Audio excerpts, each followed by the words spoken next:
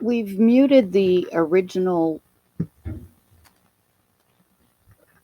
audio due to personal privacy. When I went in, the assessment is all about what is he like? Is he going to be the right match for her? He's very lippy. The lady who had him before was babied him, said she bottle fed him, and supposedly he's been ridden. He is, as we found out after everything was done, he is proud cut.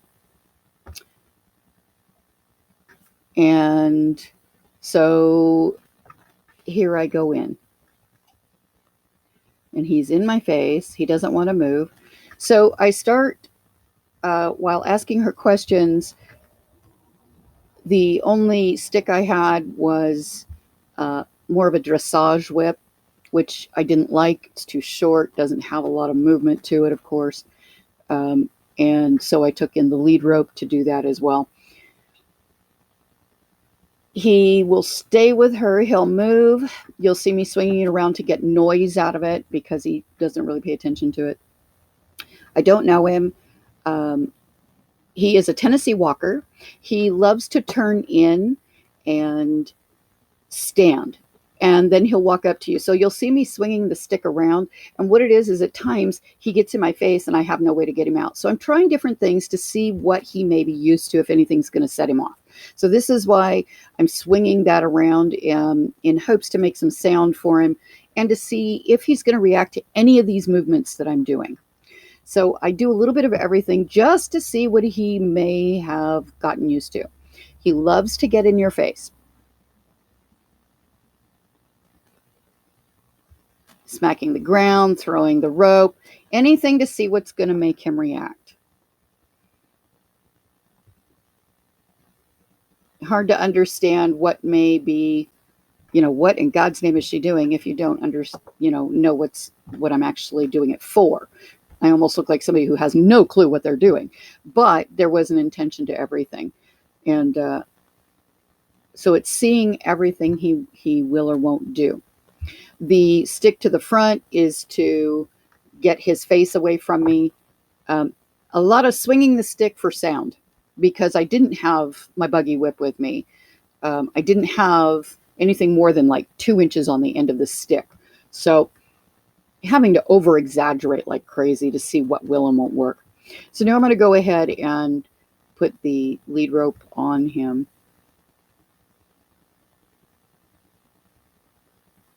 And see if he's ever been worked in this way. Supposedly he has, so we're going to find out.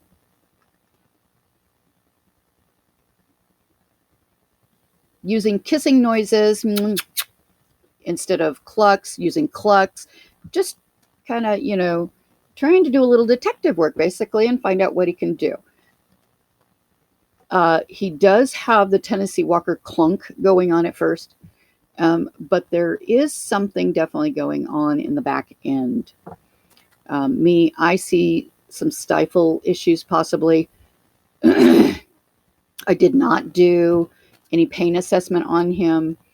We were not there for that purpose. What we were there for was to help her decide and realize what she already knew, if this horse was going to be too much for her. And he definitely is. He's not a beginner's horse. See, a lot of turning in. That's not what I wanted from him. So I'm going to go ahead and... Okay, you see me holding the stick sideways. A lot of times that will work. I have found that will work to keep a horse from coming in if you lift your stick sideways so that they can see with both eyes, being they're looking, facing straight at you, and they can see it at eye level. This didn't work for too long with him. So let me go ahead and we're going to jump forward. Okay. So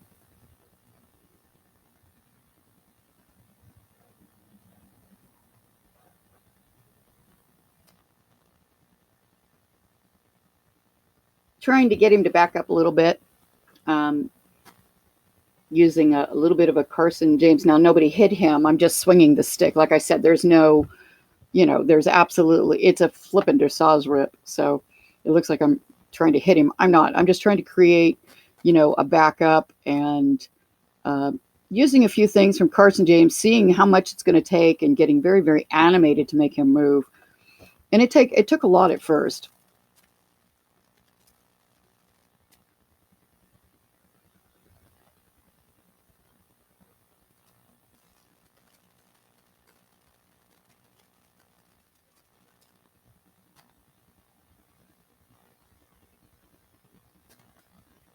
Just letting him know it's all good. I'm not trying to, freak him out. Just let him know real quick, a little rub on the head. I'm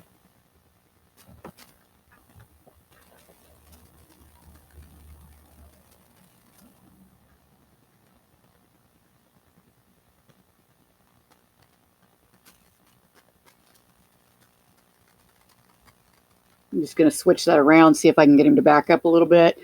That way I'm not smacking him with the clip underneath the chin. I don't want to be hurting the guy.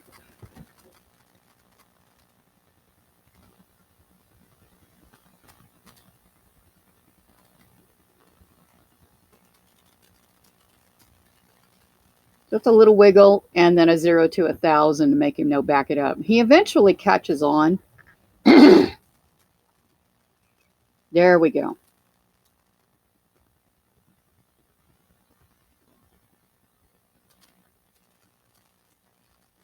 Really wish I would have had my flag stick with me.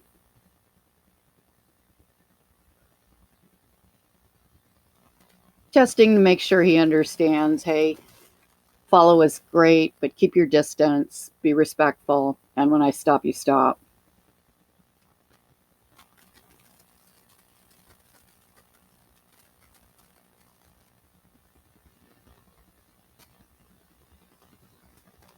Please remember, I am not a trainer. I do ground assessments just to get an idea. I've learned some things. I will not call myself a trainer. Backing him up. Unfortunately, stuck with nothing more than that stick in my hand. He went sideways, not back.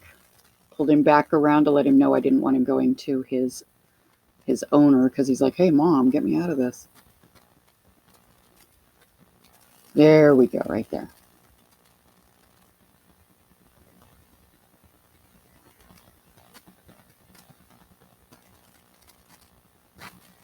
You can see him walking from the back a little bit. I wish I would have, did some straightforward, straight back.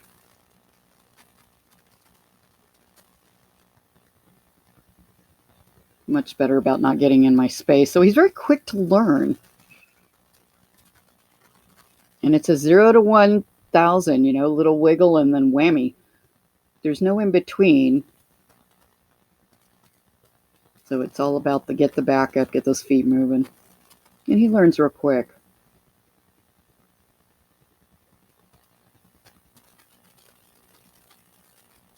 He's very lippy, can be a little nippy. So he learned very quickly, I'm not going to put up with it. I don't want him licking and nipping, and I don't think it's cute. And that's what using the elbow as a guard is all about.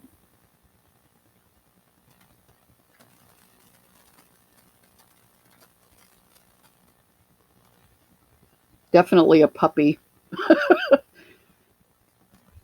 I asked her for a bag. I wanted to try him again, and I found many times when you have a horse, when I've had a horse that I'm doing an assessment on, if if a stick, if they're completely desensitized to a stick, he just got his nose and everything. If he's completely desensitized to a stick, then what I'll do, I'm doing it on purpose when it gets close.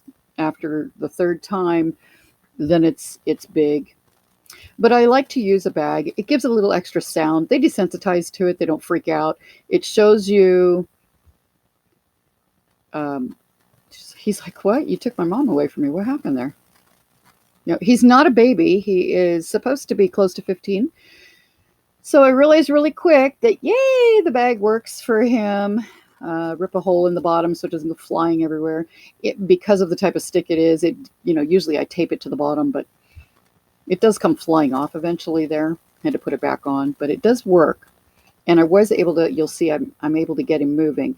Get the head away from me. There we go. And now you'll be able to see how he moves. She's like, what? No, I don't want to. Typically, I would take the halter off because it does have psychological changes in the horse. So typically I take it off, but in this case I did not. And there's that Tennessee Walker dip. There we go.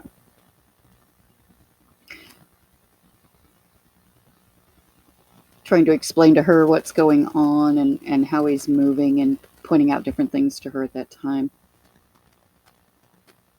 Giving him, I like to point out a direction with the hand going the direction that I want him to go in. Being we do a lot of the agility training. The bag helped immensely in this case. Using as little pressure as possible, not to add any on when he turns in. I really try to put some pressure on the bag.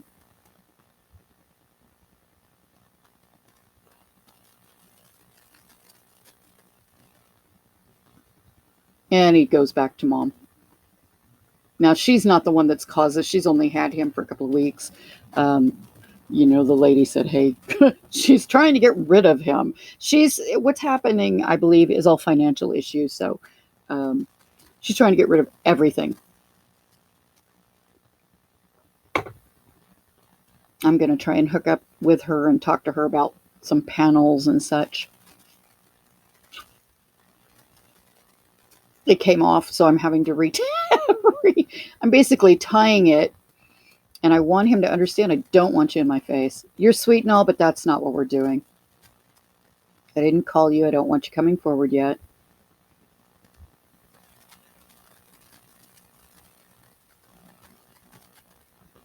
I think he does give us a lick and chew in a moment going, okay, what's going on? And as you can see, he's got that short Tennessee Walker mouth. A lot of the gaited horses, especially the Tennessee Walkers, I don't know if you're familiar with them or not, do have the shorter mouth. So, come on, let's go, dude. I had to really get on him there for a second. He just, whatever. But then, he can also be flighty. So here we go.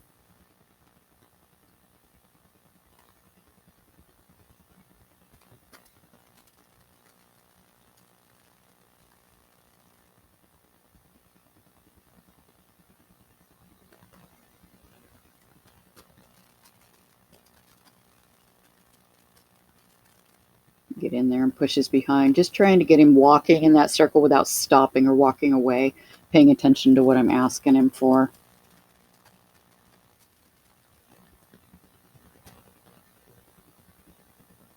He started to turn in, and there we go. He doesn't like going to his right. He's not, so, that was definitely a push. My Tennessee is the same way. She doesn't like going to the right. You know how they are, one side or the other. Too many people don't add the balance. For me, I add balance. I work both sides equally. I get on and off both sides, etc.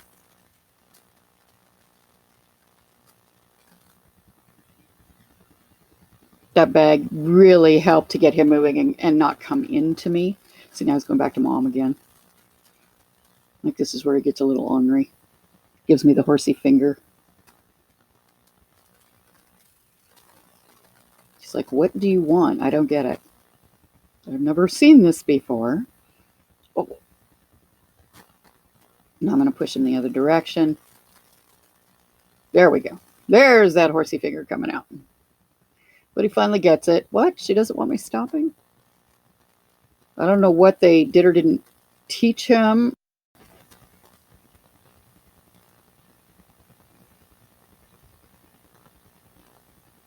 He does get it here in a minute. He's not, he doesn't, he keeps trying to come into me and there's that finger again. he's not, I don't know. To me, he's not a dangerous horse at all, obviously. I don't think. I mean, they're all dangerous, don't get me wrong, but he's not, he's just doing the what? I don't want to. He's spoiled rotten, is what I truly believe. Yeah, it takes a little bit, but he gets going. Go ahead and work on getting him to turn. He's like, what? But he goes there. He'll get going smoothly here in a minute. He's snorting at me, Mr. Challenge. There we go. There, he's learning. He's still, defiant about it. I don't want to. There we go. And he's all huffy puffy. Flipping that Tennessee tail. I'll let him, just in case he's getting all blow up, I'm going to let him relax a moment. Just breathe for a second, and then we'll pick it back up again. He does get going smoothly. So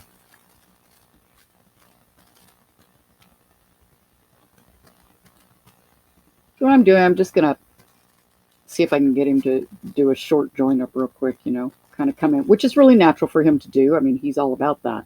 So now I'm just going to turn relax with me there, and I believe he does walk up if I remember correctly.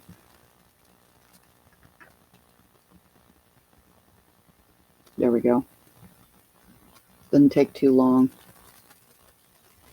So he even gets, really friendly. I think I used my elbow to back him up a little bit, or I moved away.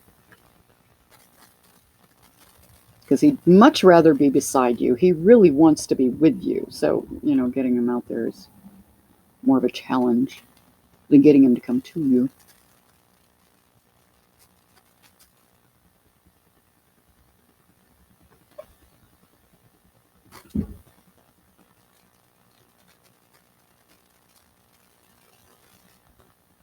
He's like, oh, bag. Okay, I get it. See, so he catches, I think he catches on pretty quick. Going to mom.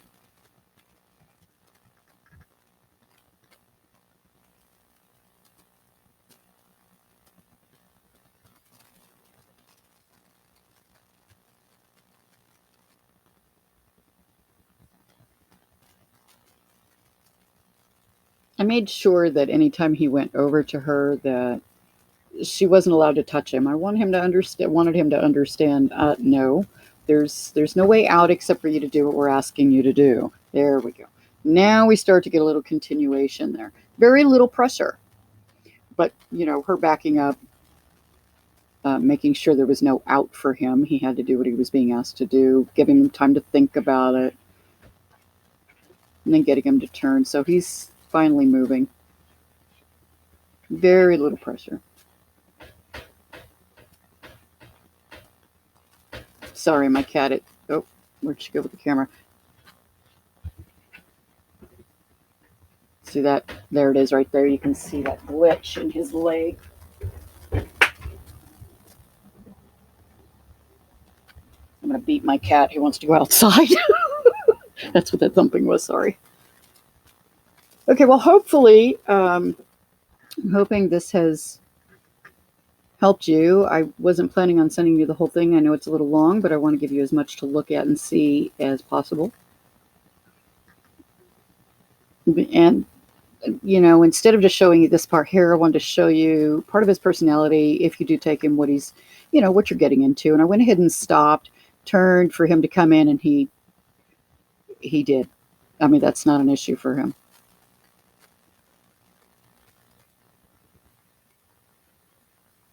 I always keep an eye out from the side and on shadows when I do this. So none of this is a training. None of this was a training for him, even though part of it, yeah, it was. But this was all assessment from there he comes. It was all assessment from us on, what his personality is. Hopefully show us something that you do or don't know. We found out very quickly that, after listening to her, this just is not the horse for her by any means. Not a bad horse. If he's got an issue, health issue in the rear end that can be dealt with, whatever it is, then uh, yeah, make somebody a good horse. But at least an intermediate, somebody that can, after her explaining, how when he's taken away from the mare you see in the background, that's the neighbor's mare. He acts very steady with her. The idea that they couldn't take him out together, and um, yeah, so quite a bit of spoiled brat wannabe stud. Uh, but very, on the other hand, you watch his eyes. He's a fast horse. He's ready to go, go, go. There's no doubt. He's a goer. He's a move, move, move. Those eyes say everything when you look at him. Pretty little thing. Okay. Hopefully that was incredibly helpful for you.